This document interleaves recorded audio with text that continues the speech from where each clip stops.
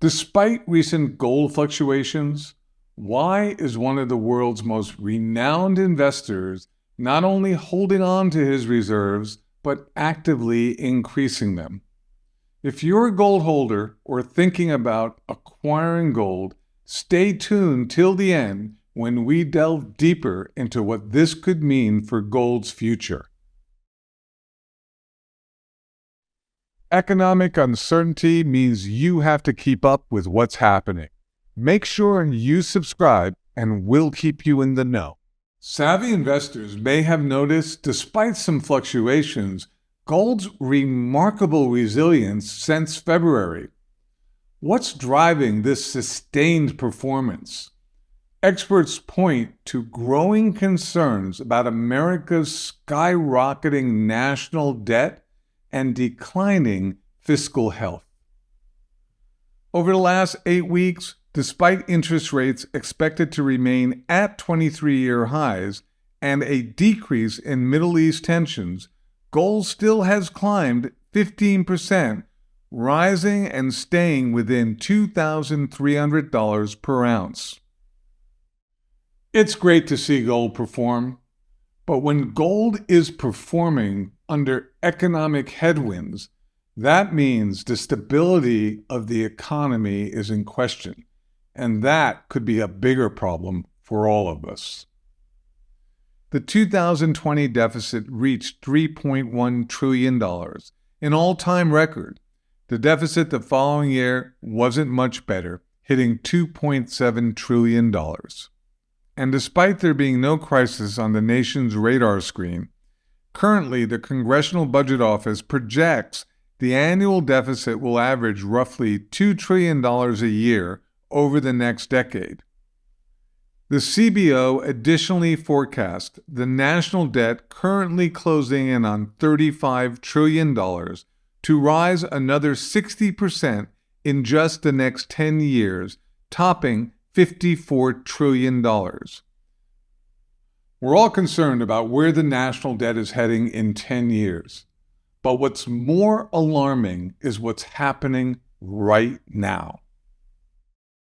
According to recent analysis by Bank of America, the nation's national debt is now growing at the stunning rate of $1 trillion roughly every 100 days. We tend to ignore these big numbers because it's hard to comprehend spending $1 trillion almost every 100 days. But that's the reality we're living in, and the fiscal instability appears to be getting worse. It is clear that some investors are using gold in hope of fighting instability as world gold demand rises in Q1, despite record high prices. The same Bank of America analyst who reported on the scary pace America's debt is rising is now suggesting that debt may be one of the drivers of gold's price surge.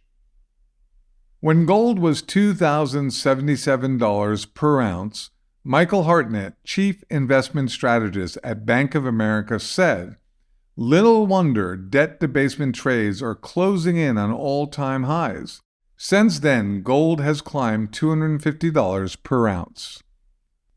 Strategist after strategist also see the accelerated growth of U.S. debt as a price driver for gold. Concerns about the U.S. debt cycle, devaluation of money, and fiat money in particular, does drive the story and the narrative, said Brad Bechtel, global head of foreign exchange at Jefferies, who added, "Concerns about the debasing of fiat money is generally one of the drivers of the gold bugs." One savvy investor who is turning into a gold bug to hedge against fiscal instability is none other than Ray Dalio, founder of Bridgewater Associates, the world's largest hedge fund. Dalio has a personal fortune estimated to be in excess of $15 billion. He connected the dots from national fiscal uncertainty to ownership of gold. When the financial system is working well, which is when there aren't debt and inflation crises. Debt assets and other financial assets are good assets to hold. On the other hand, when the reverse is the case, gold is a good asset to own. That's the main reason that gold is a good diversifier and why I have some in my portfolio. Many of our customers are concerned about the daily fluctuations in the price of gold and silver. To be clear, focusing on the day-to-day valuations is like worrying about the market value of your home when you have no plans to sell. Renowned investors like Ray Dalio see beyond the daily price changes and are focused on the long-term challenges we face. When you think about inflation, our national debt, and the geopolitical risks we face, where do you think the economy will end up in 3 to 5 years? And does holding and buying gold and silver make sense? That's why I suggest you take the time to learn more about what's really going on in the economy by attending our exclusive one-on-one web conference at AugustaPreciousMetals.com/webconference.